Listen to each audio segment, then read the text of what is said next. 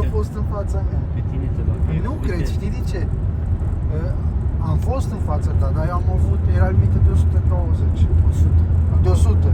Și am avut 107 sau 108 când am trecut, când i-am dat Ție? bani. Te-au luat.